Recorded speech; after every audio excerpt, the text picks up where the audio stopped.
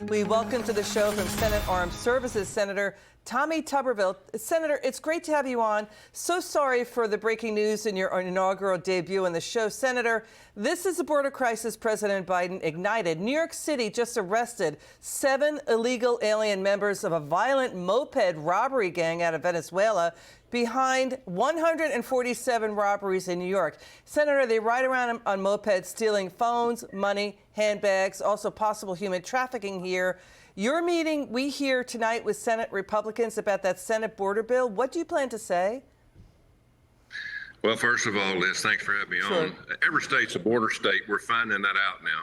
You know, the moped problem they're having in New York is the same thing's going on here in D.C. All the big cities are going to have the same problems.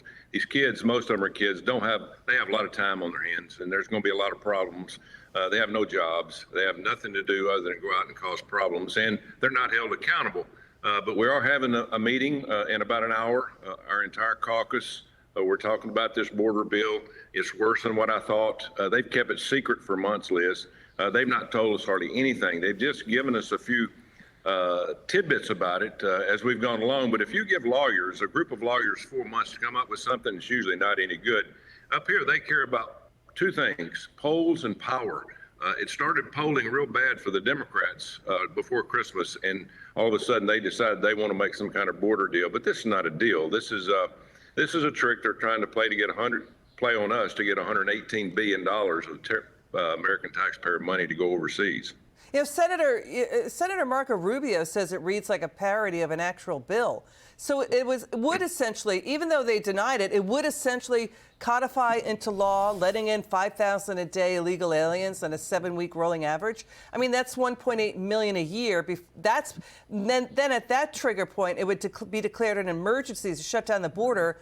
When that number was an emergency under Obama, that's much more than during the Obama years when 1,000 a day was catastrophic. Yeah, even their Homeland Security Secretary said 1,000 is way too many. I pretty much agree. I've been to the border several times. It's out of control. And again, if you start going by metrics, by numbers, the Democrats seem to fail to count the same way that the American people would count. And again, they're not counting the northern border. It's up 500%. So a lot of things that go along with this are not kosher. It's just something, again, to get people to look at that they think that they're doing something. They're not doing anything. We have begged, Liz, the Democrats to do something at the border because we have no control in the Senate and have zero control for the last 4 years. It's all their doings, but they wouldn't listen to us. You know, they do really not want a border bill. They want to make the American people think they're doing something and blame it on us if this doesn't pass. But again, the House is not going to pass it anyway, so it won't go into law. Yeah, so it sounds like it's dead on arrival. I mean, if they can say they could shut it down, the border, which is doubtful, shut it down after 5,000 a day, why not just shut it down now? Also, it seems like it's loaded with loopholes that lets the president suspend and override that emergency border shutdown, and Homeland Security in New York gets the power to even declare if it's an emergency. So, you know, and this Shutdown Authority, we read the bill, it can only be used for a certain amount of days per year. This, when you read between the lines and you read the text of this, it just reads like a bill that's a showcase bill. It's all window dressing and not a lot there.